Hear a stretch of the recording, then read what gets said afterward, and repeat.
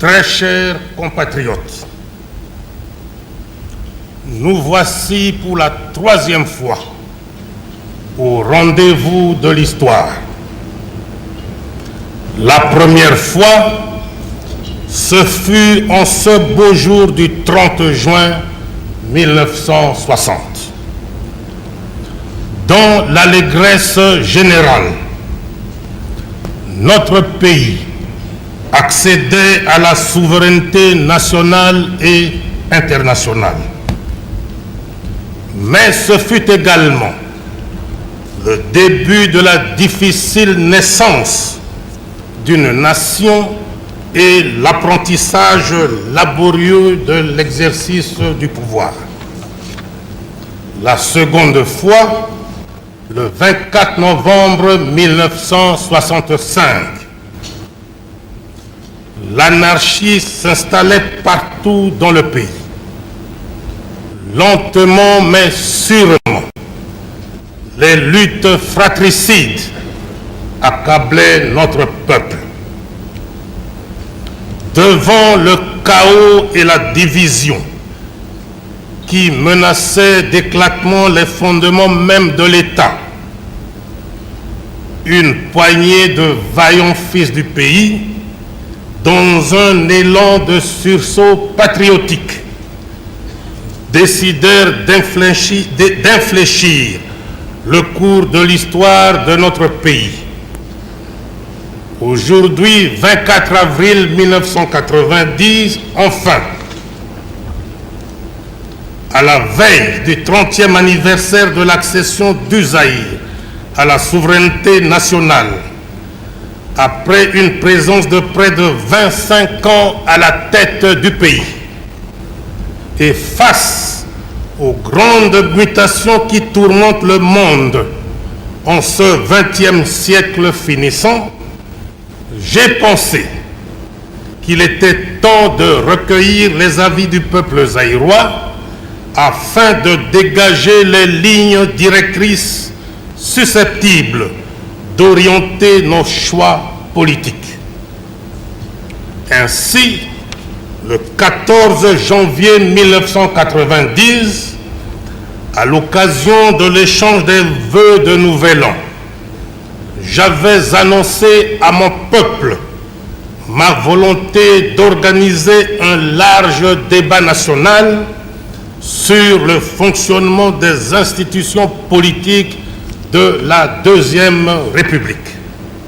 À ce sujet, j'ai sillonné toutes les régions du pays, de l'Est à l'Ouest, du Nord au Sud, empruntant tous les moyens de transport disponibles, à savoir jeep, voitures, bateaux, hélicoptères, petits porteurs et jets.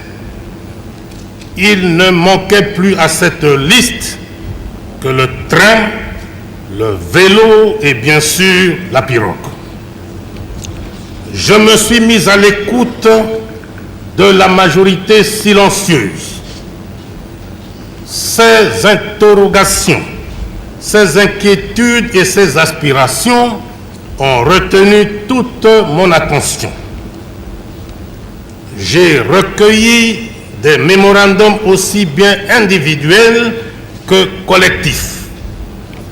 J'ai reçu en audience différents groupes socio-professionnels tels que professeurs, missionnaires, opérateurs économiques, médecins, avocats, fonctionnaires, chefs coutumiers, femmes commerçantes, étudiants. tout a été pris en compte et a fait l'objet de ma profonde réflexion, même le mémorandum des évêques. Je voudrais saisir l'occasion que m'offre cette adresse à la nation pour remercier du fond du cœur le peuple zaïrois de l'accueil chaleureux et patriotique qui a été réservé à moi-même et à la maman présidente. Bravant pluie, soleil et fatigue, partout, les filles et les fils du Grand Zaïre se sont surpassés et nous ont témoigné avec joie et enthousiasme leur indéfectible attachement. J'en suis profondément touché et je leur resterai infiniment reconnaissant.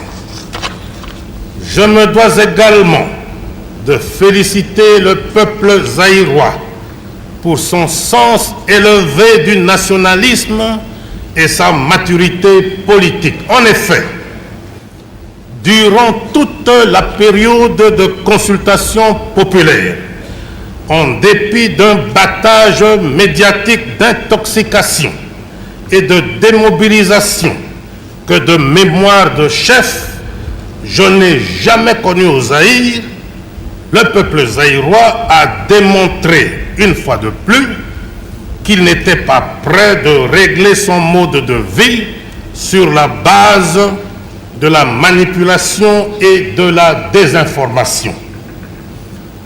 Très chers compatriotes, 30 ans après l'accession de notre pays à l'indépendance, nous sommes aujourd'hui à la croisée des chemins et devant des choix nouveaux.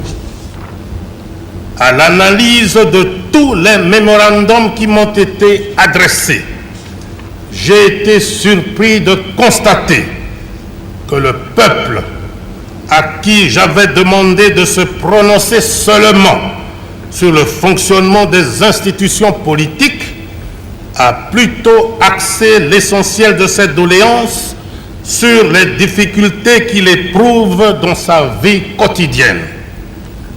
Ainsi, au plan social, on pourrait retenir notamment la dégradation des infrastructures sociales, hôpitaux, écoles, universités, édifices publics. À cela, il faut ajouter la vétusté des formations médicales, la carence en équipements et en médicaments, l'insuffisance du personnel médical, la surpopulation dans les salles de cours ainsi que dans les résidences universitaires et les internats, la modicité des rémunérations des agents de l'administration publique, le sous-emploi des cadres universitaires, certains abus qui se commettent par-ci, par-là. Au plan économique, il m'a été signalé, entre autres, la dégradation des voies de communication, routes, voiries, télécommunications, le poids de la fiscalité et de la parafiscalité, les tracasseries administratives, les invendus dans les collectivités rurales, la détérioration des termes de l'échange du paysan, l'insuffisance d'énergie électrique dans certaines régions du pays. De l'examen de ces mémorandums, j'ai été heureux de constater que le peuple n'a pas remis en cause un certain nombre d'acquis. En effet, de Bukavu à Matadi, de Lubumbashi à Kisangani, partout, c'est l'affirmation de l'identité nationale et la sauvegarde de l'unité, le souci de l'intégrité territoriale et la préservation de la paix retrouvée. Au-delà de ces acquis incontestés, le peuple exige des changements importants au niveau des cadres, des institutions ainsi que du fonctionnement de celles-ci. Très chers compatriotes, pour en revenir à la question fondamentale que j'ai posée le 14 janvier 1990 sur le fonctionnement de nos institutions politiques, en dehors de toute considération économique ou sociale, la réaction de mon peuple ne s'est pas fait attendre. Dans l'ensemble, le bilan politique de la consultation populaire, selon le rapport qui m'a été présenté par le Bureau national de coordination, indique qu'au total, 6128 mémorandums ont été enregistrés et analysés jusqu'au 21 avril 1990, en vous signalant que, d'une part, plus d'1 million de Zaïroises et de Zaïrois ont pris part à ce débat national et, d'autre part, les compatriotes résidant à l'étranger ont également apporté leur contribution à travers 116 mémorandums. Sur les 6128 mémorandums reçus, 5310, soit 87%, ont proposé des réformes en profondeur au sein du mouvement populaire de la Révolution.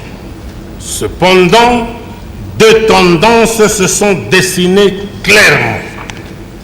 La première estime que le MPR doit demeurer le parti unique, mais certains de ses organes doivent disparaître.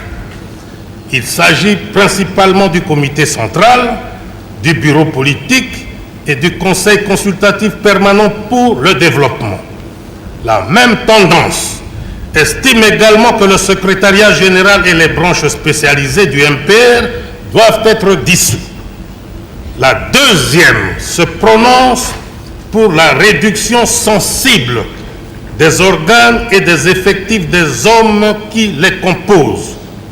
Cette tendance a également suggéré que le mouvement populaire de la Révolution, à tous les niveaux, fasse appel à des hommes nouveaux. En revanche, 818 mémorandums, soit 13%, se sont clairement exprimés en recommandant vivement l'instauration du multipartisme. Outre le choix porté sur le maintien du monopartisme ou sur l'instauration du multipartisme, l'analyse des mémorandums a également permis de déceler d'autres préoccupations du peuple que voici. 1. La réhabilitation des trois pouvoirs traditionnels, à savoir le législatif, l'exécutif et le judiciaire. 2. Le renforcement des pouvoirs de contrôle du Conseil législatif et de tous les organes délibérants. 3. La responsabilisation de l'exécutif, tant au niveau central que régional, devant les organes délibérants. 4. La dépolitisation de la fonction publique, de la territoriale, des forces armées, de la gendarmerie, de la garde civile et des services de sécurité, exigeant pour ces derniers une profonde restructuration en vue de garantir en toutes circonstances les droits fondamentaux des citoyens et les libertés individuelles. Très chers compatriotes, après avoir mûrement réfléchi et contrairement à mon engagement de suivre l'opinion de la majorité, j'ai estimé, seul devant ma conscience, devoir aller au-delà des vœux exprimés par la majorité du grand peuple du Zaïre. Aussi, j'ai décidé de tenter de nouveau l'expérience du pluralisme politique dans notre pays en optant pour un système de 3 partis politiques, ont ce compris. Le mouvement populaire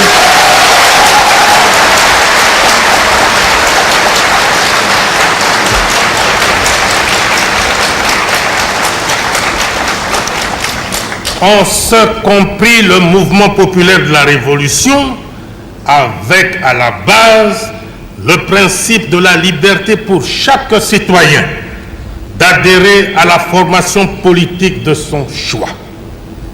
Je voudrais que sur ce point précis, les fils et les filles de notre grand pays, qui m'ont toujours assuré de leur totale confiance et de leur entière adhésion, comprennent que le Grand Zaïre, situé au cœur du continent africain, sans être à la remorque de qui que ce soit, ne doit pas non plus se contenter des positions figées ni se complaire dans l'immobilisme. Il doit être en mesure de s'adapter à toutes les circonstances et de démontrer que sa volonté de bâtir une société véritablement démocratique ne saurait d'aucune manière être mise en doute. Mais, fort de l'expérience du multipartisme de la Première République, j'estime que le changement qu'ensemble nous allons conduire dans ce domaine devra éviter les erreurs du passé. Raison pour laquelle, dans mon esprit, le multipartisme ne doit entraîner ni prolifération ni bipolarisation des formations politiques. Nous devons surtout éviter que le multipartisme ne devienne au Zaïre synonyme de multitribalisme. Le multipartisme doit être considéré comme la manifestation d'une volonté réelle de dépassement des tendances tribales, régionalistes et séparatistes. Voilà pourquoi les 3 partis devront justifier d'une représentativité nationale suffisante. Si j'ai pris la résolution d'aller au-delà de la volonté exprimée par la majorité, j'ai voulu, ce faisant, favoriser l'avènement d'une nouvelle ère de confrontation des idées et de débat politique dans un cadre pluraliste. Très chers compatriotes, l'ouverture dans laquelle aujourd'hui j'engage le peuple zaïrois doit être également l'occasion de conquérir davantage les cœurs de la jeunesse de notre pays. Cette jeunesse si généreuse et si vivante doit en effet se sentir au centre de nos préoccupations. Elle ne doit pas être victime des surenchères et pour qu'elle soit une véritable force de changement, elle doit être mieux formée, moins inquiète de son avenir. J'instruirai donc le gouvernement à formuler une nouvelle politique de la jeunesse ardue et axée sur les 2 pôles de la formation et de l'emploi. Très chers compatriotes, j'ai parlé des biens de choses et de tout le monde. Je n'ai pas parlé de moi. Que devient le chef dans tout cela? À cet égard, permettez-moi de relever en premier lieu une constatation.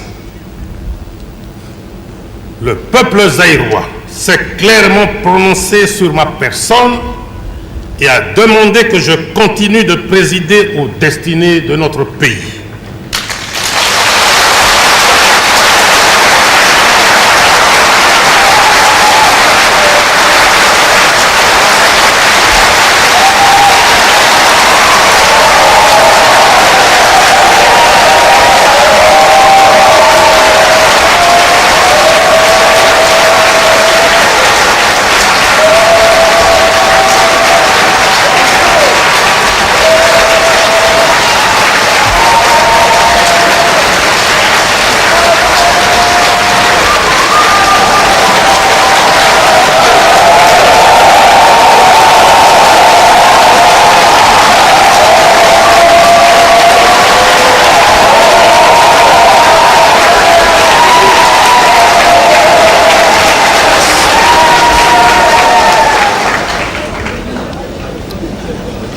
Je voudrais remercier mon peuple pour cette expression incontestable de confiance renouvelée. Dans le nouveau paysage politique zaïrois, quel sera le nouveau rôle du chef? Le chef de l'État est au-dessus des partis politiques. Il sera l'arbitre. Mieux,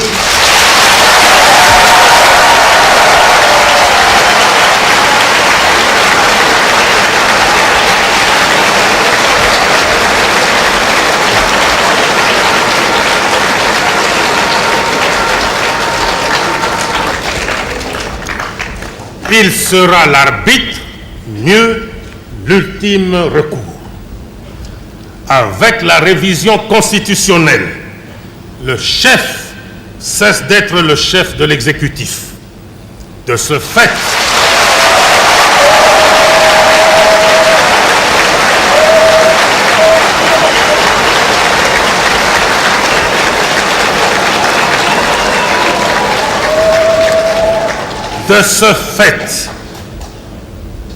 il ne pourrait être soumis ni à la critique, ni au contrôle du Conseil législatif.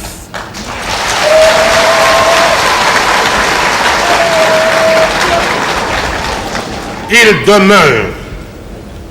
demeure le garant de l'indépendance nationale, de l'intégrité territoriale et constitue le dernier rempart de la nation.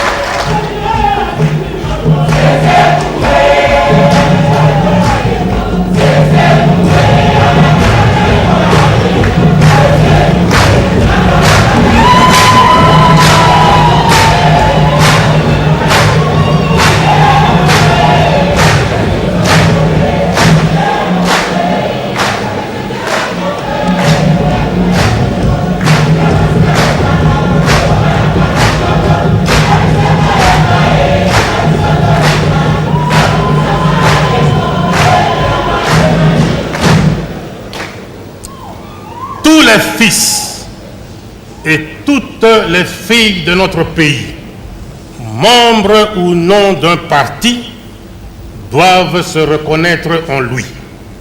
Et quoi qu'il arrive, en sa qualité de chef, se situant au-dessus de la mêlée, il s'engage à demeurer le dénominateur commun, c'est-à-dire le rassembleur, le pacificateur et l'unificateur.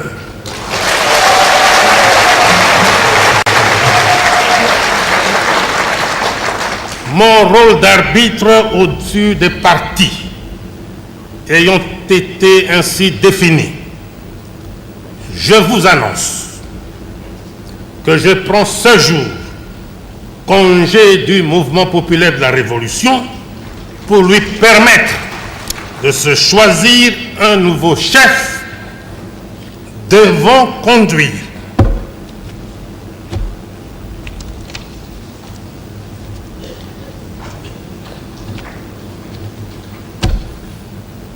comprenez mon émotion.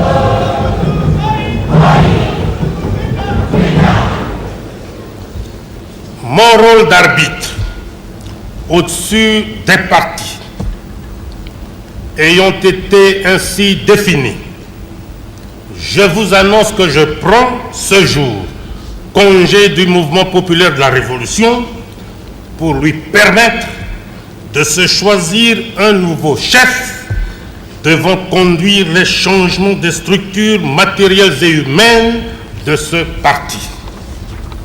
Très chers compatriotes, j'ai un dernier mot sur certains aspects qui pourraient paraître secondaires et qui concernent la démarche et les usages politiques que nous avons créés et vécus ensemble. Dans notre élan révolutionnaire, tout à fait légitime, et à un moment précis de cette révolution, nous avons été amenés à adopter dans notre langage politique et institutionnel certaines dénominations qui aujourd'hui risquent de nous mettre en porte-à-faux avec les nouvelles options que nous venons de prendre, fondées sur notre souci de plus de liberté et d'adaptation à l'universalité. C'est ainsi que vous aurez remarqué que tout au long de mon propos, je n'ai pas utilisé les termes citoyennes, citoyens, militantes, militants, me disant que peut-être certaines filles, certains fils, voire certains collaborateurs voudraient bien revenir au vocable plus universel que vous connaissez tous. Excellences, mesdames, mesdemoiselles, messieurs. À dater de ce jour, les choses étant ce qu'elles sont, c'est-à-dire telles que je les ai clairement définies, je dois vous dire que je ne me sentirai en rien gêné d'appeler le premier commissaire d'État et le commissaire d'État, premier ministre et ministre, le Conseil législatif et les commissaires du peuple, l'Assemblée nationale et les honorables députés. Dans le même contexte politique précédemment décrit, nous nous sommes imposés une tenue nationale comme il en existe dans beaucoup d'autres pays. Chez nous, elle s'appelle l'abacos. Cependant, tout en le maintenant comme tenue nationale, j'estime que dans ce domaine également, chaque Zaïrois aura à faire usage de sa liberté, usant de la mienne. Je me dois de préciser que vous ne me verrez pas en cravate. Mon choix ayant été fait en février 1972, je me sens très bien dans ma peau de nationaliste zaïrois.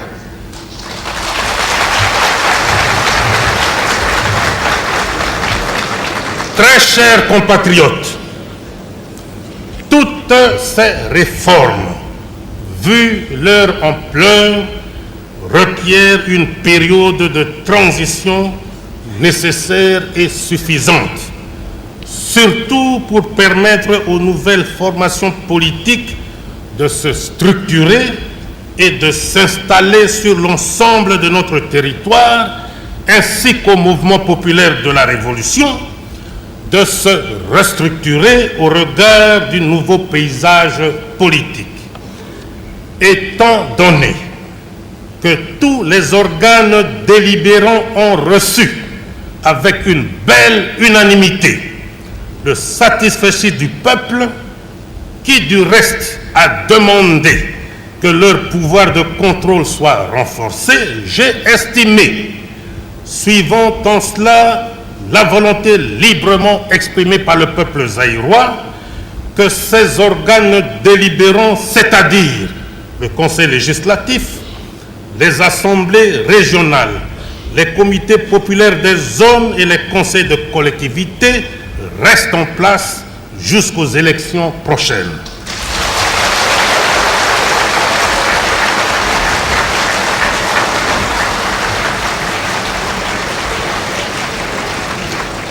En ce qui concerne l'actuelle équipe de l'exécutif, après l'énoncé de toutes ces mesures, elle est réputée démissionnaire et chargée d'expédier les affaires courantes.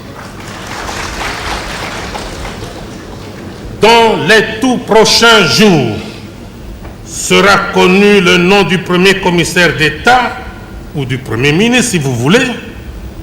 Avec le nouveau chef du gouvernement, des consultations seront engagées pour la constitution de l'équipe de transition qui aura principalement pour mission l'exécution d'un programme d'urgence visant à répondre aux attentes de la population dans le domaine économique et social.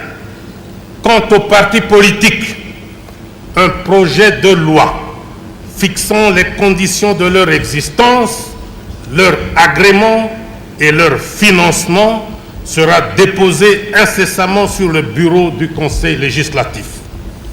Pour toutes ces raisons, la période de transition ira du 24 avril 1990 au 30 avril 1991.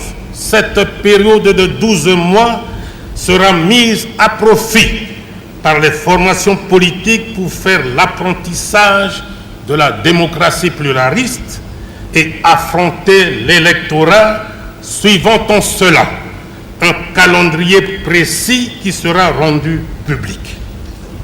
La période de transition sera également mise à profit pour procéder à la révision de la Constitution qui se fera en 2 étapes. Comme je l'ai déclaré plus haut, le pays sera régi pendant la transition par la Constitution actuelle qui doit subir des modifications au niveau du Conseil législatif. Pendant ce temps, une commission sera mise sur pied pour l'élaboration d'une constitution définitive appelée à régir la 3e République. Après la mise en place du gouvernement de transition, j'entreprendrai une tournée d'explication des nouvelles réformes à travers le pays, car la majorité silencieuse qui a exprimé clairement sa volonté pourrait ne pas comprendre pourquoi et dans quel intérêt j'ai opté pour le point de vue de la minorité. Très chers compatriotes, avant de terminer mon propos, je voudrais me résumer pour une bonne compréhension de tous.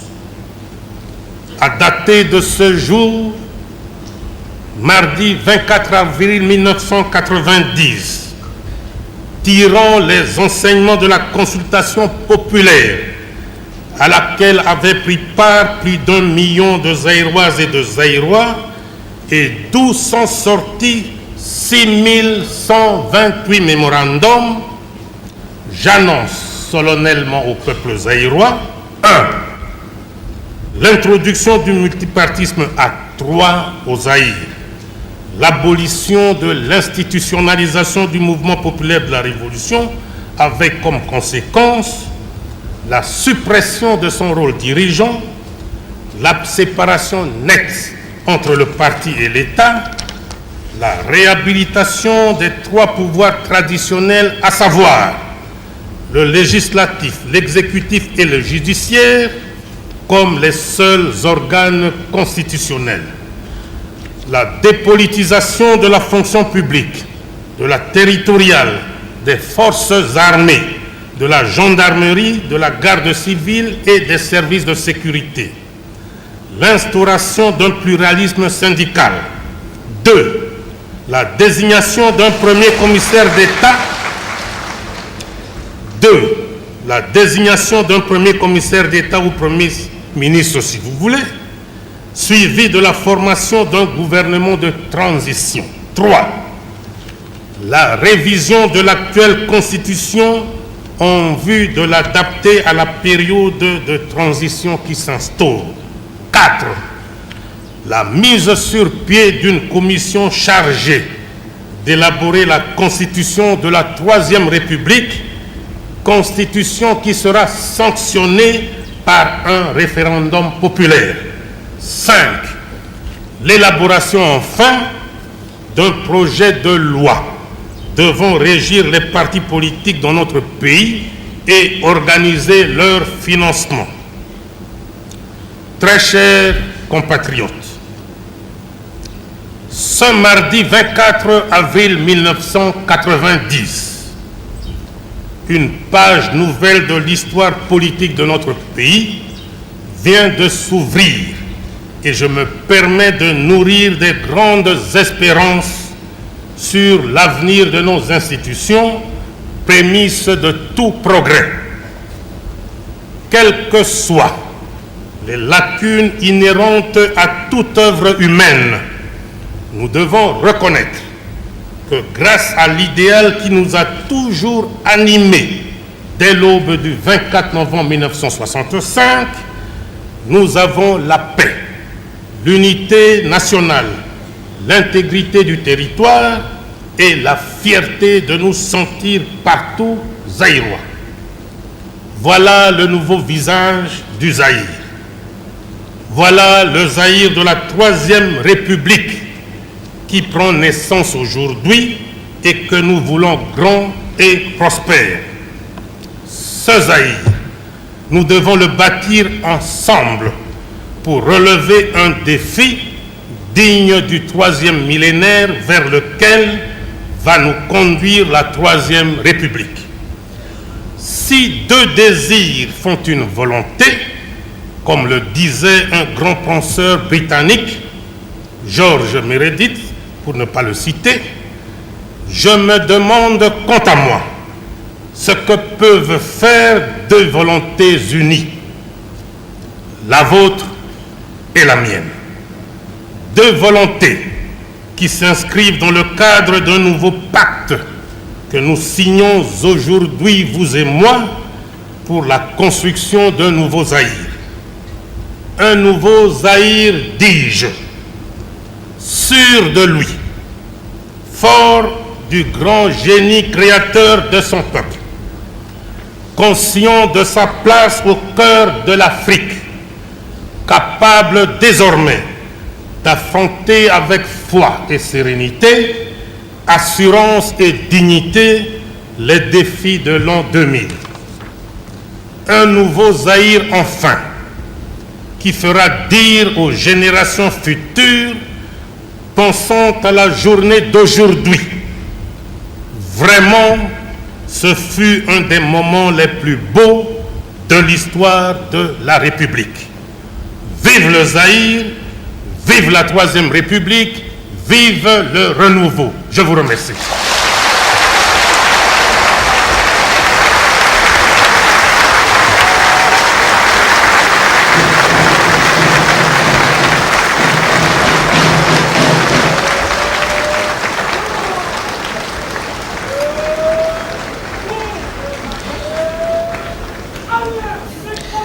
Chers amis téléspectateurs, vous venez donc là de vivre avec nous un moment historique.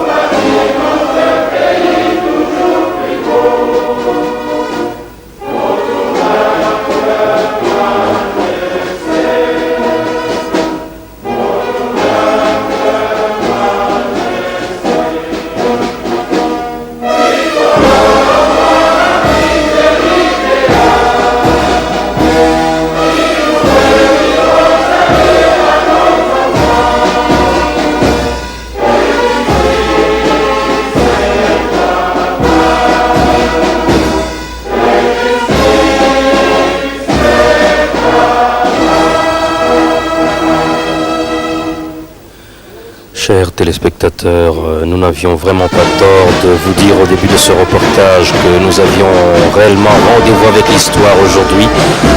Le président fondateur vient de nous donner donc raison. Le maréchal Mobutu Sese Seko vient donc de signer un nouveau pacte avec son peuple pour un nouveau départ de notre pays, la République du Zaïre. Aujourd'hui, 24 avril 1990, salue donc le renouveau dans notre pays. Le renouveau qui s'appelle le 3e République, c'est un jour vraiment historique et nous retiendrons que le maréchal Mobutu Sese Seko, président de la République du Zaïre, a rendu un hommage déférent à la révolution et donné un satisfecit à tous ses acquis.